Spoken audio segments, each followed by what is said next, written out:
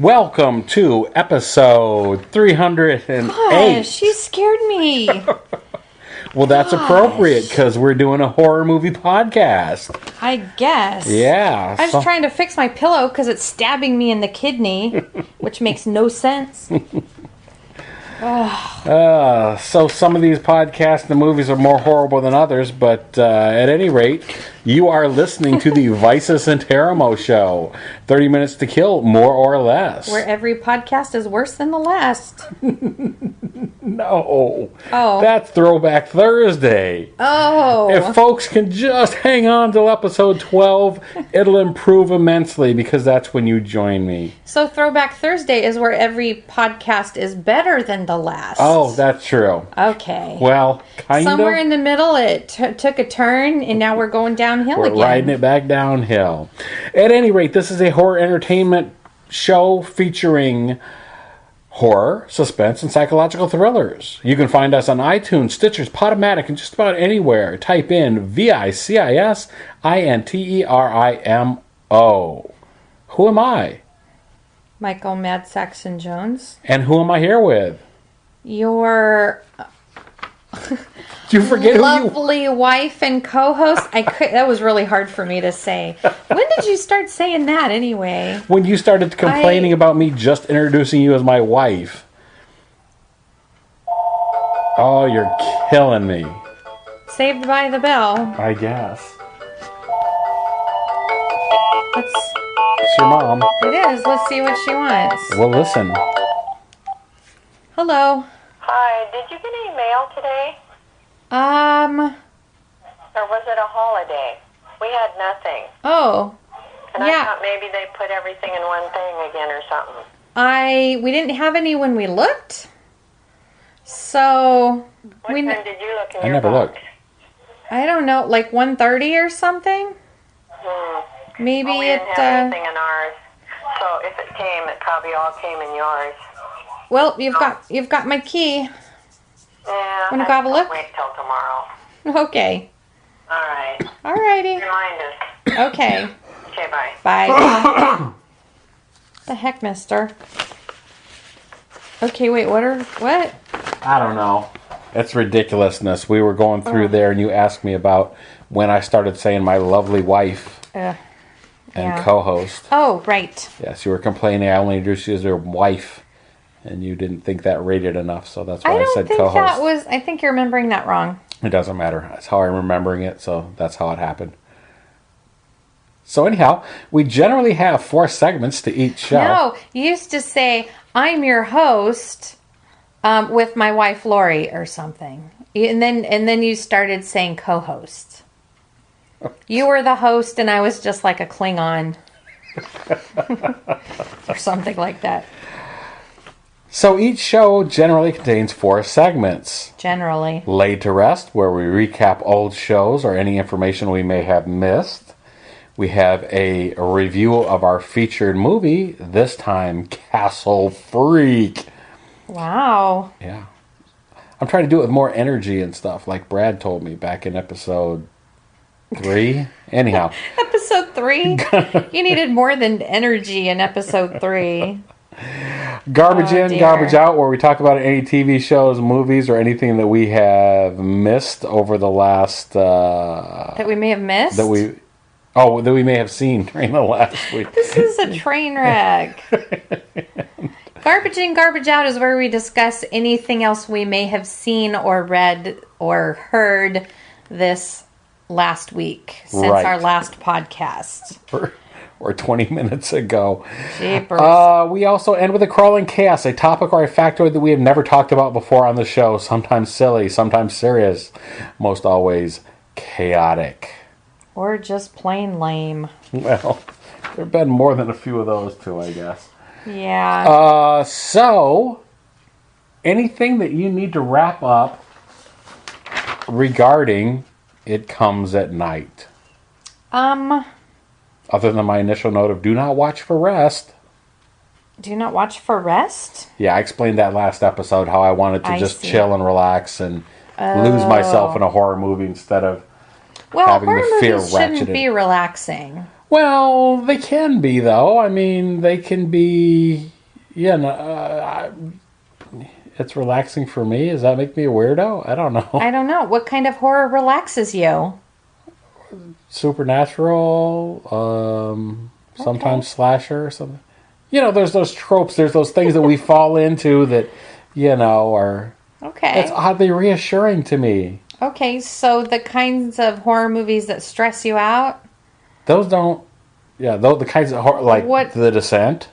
Oh, okay. That scene from The Descent. All How right. about playing frickin' Frozen Memories, the Silent Hill game, and me holding my breath on the couch because I thought I was...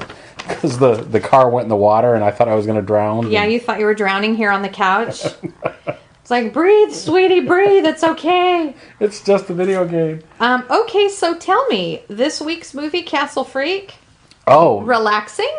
Yeah. Okay. Heck yeah. Okay. All right. Because it was a popcorn movie. Okay. Well, I mean, we'll get it. So, are we starting our review? No, we have to do. We're doing Laid to Rest. We're doing Laid to Rest. Okay, because we're talking about Castle Freak already, but I brought that up. Okay. I just want to know if that fit your relaxing horror movie. Absolutely did. Okay. It's like slipping into a warm bath. Okay. What was that face? I don't know. All right. Well, I was picturing the Freak when you said that, and it's like I don't want. You don't want to bathe with him. No, he needed a bath big time though. Yeah, but there's Barbara Crampton. Yeah. And there's. Oh, and hey, we're getting ahead of ourselves. So anyhow, anything else laid to rest? I don't think there's anything to lay to rest from our last show. Okay. Yeah. All right. We'll leave it at that. We better move forward. All right. Let's just get right into the movie. Why is everybody screaming their heads off? I don't know. Are there sports on? I don't. You say that also with such disgust. Well. Yeah. I guess baseball season's done. Yeah. I never know these things. No, I don't. Maybe there's a football game on. It's football. I think football's around or just I couldn't ending. tell you. I could care less. Okay. Actually, no, I couldn't care less. Am I supposed to be reading that? In just one moment, yes. Are you handing that to me? I'm going to have you hold this. I'm going to turn this over to you. This is like the weirdest. Are you going to edit all this out, or are we just... Is this an extra talky... an extra talky one? You shouldn't edit this one at all. You should just leave it as is. Oh my gosh, I don't think they with the phone calls, with everything. Should just leave it. Maybe. Okay, well, while you're walking off down the hall, leaving me here by myself, I'm going to read the synopsis.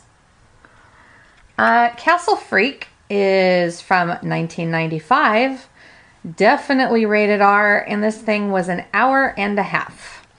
When John, played by Jeffrey Combs, inherits a castle in Italy, he moves with his family and takes up residence in the medieval estate, only to discover that some terrible evil has escaped its dungeon chains and is on a bloodthirsty killing spree.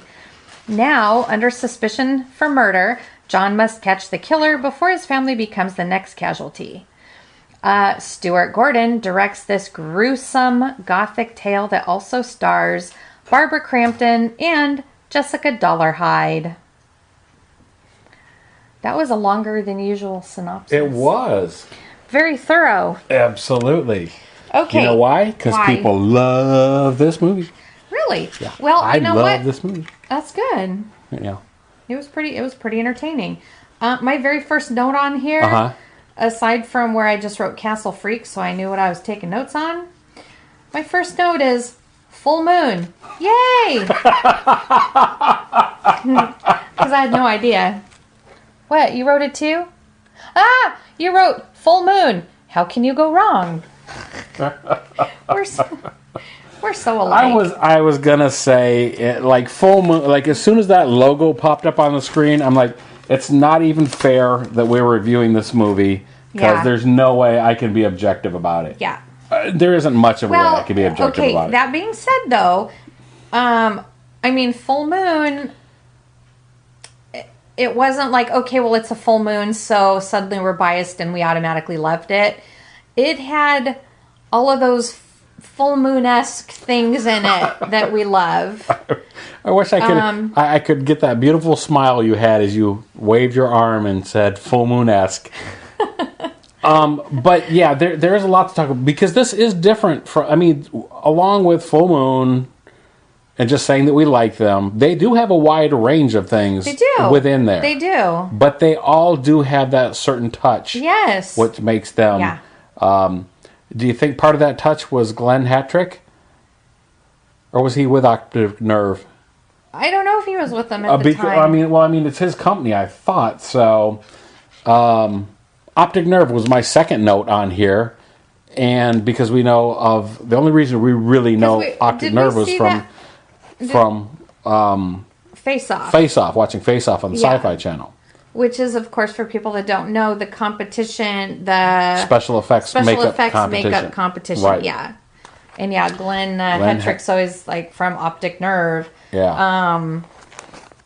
Why are we talking about him in that? Because it was movie? Because he was in Castle Free. They did part of the makeup. Optic Nerve was the makeup. But like those things stood out. So it was a great makeup. It really was. And I saw... And it was a full body makeup. A very disturbing full body, full frontal, full makeup. Frontal, yes. I think you summed it up when you said full frontal. So you read the synopsis. I did. So Stuart Gordon specifically went into this with the intention of making a more... I want to say a more serious horror movie, or one that lacked the comedy or the black comic elements of Reanimator and those films, you know. So it does have a different feel from that standpoint. It does. That's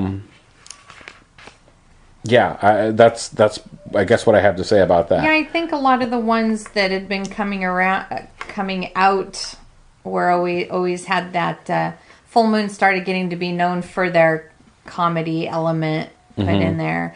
But yeah, this was definitely missing that. Yeah. But that would have been... It wouldn't have been appropriate. No, it wouldn't have been. Though it didn't say it, I'm not sure if I read it somewhere else. My impression was, and I may be repeating something that I heard from somebody else, lightly inspired by the... H.P. Lovecraft. Did it say it in there? I think it says it right in the beginning. I was too busy smiling and couldn't see past that while I was making my note about Full Moon probably then. And now that being said, I liked the movie. And, you know, I'm an H.P. Lovecraft nut. Yeah. And I love The Outsider. Yeah. That is one, it's hard to say it's one of his greatest stories. Yeah. I mean, aren't they all? Yeah.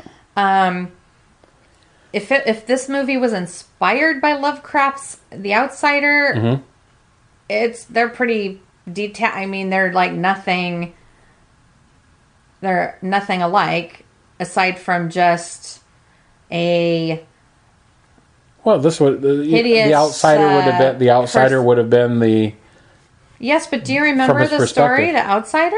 I do. I think. Maybe okay, well, it has zero in common with this guy, aside from he being horribly looks looking horrible and lives alone. Okay. And this one in Castle Freak didn't even live alone. No. I mean, they're nothing alike. Okay. Different personalities, different the way they grew up. Who they're with now. So if somebody read The Outsider and just then expected to see this I think that's not what I was going to say. But yeah, they're nothing alike. Okay, go ahead. I was going to say if somebody read The Outsider and got the idea for this movie, I mean, it was complete turnaround. Okay. Well, we've talked about that before, about true stories or based on a true story. Yeah. How far or how wildly different they may be. Yeah, it's almost like you watch something and it sparks an idea and you go some totally opposite direction with it, but you can still say, oh, it was inspired by. Okay. And it's like, what? So I kind of did not like that. You didn't like that? Okay. Which has nothing to do with the movie or anything else. All right, well, let's get back on track. Okay. My notes regarding this is they still tried when making this movie. They still tried. When this movie Ow, God. As opposed to some of them that we see nowadays, I guess. The next things here,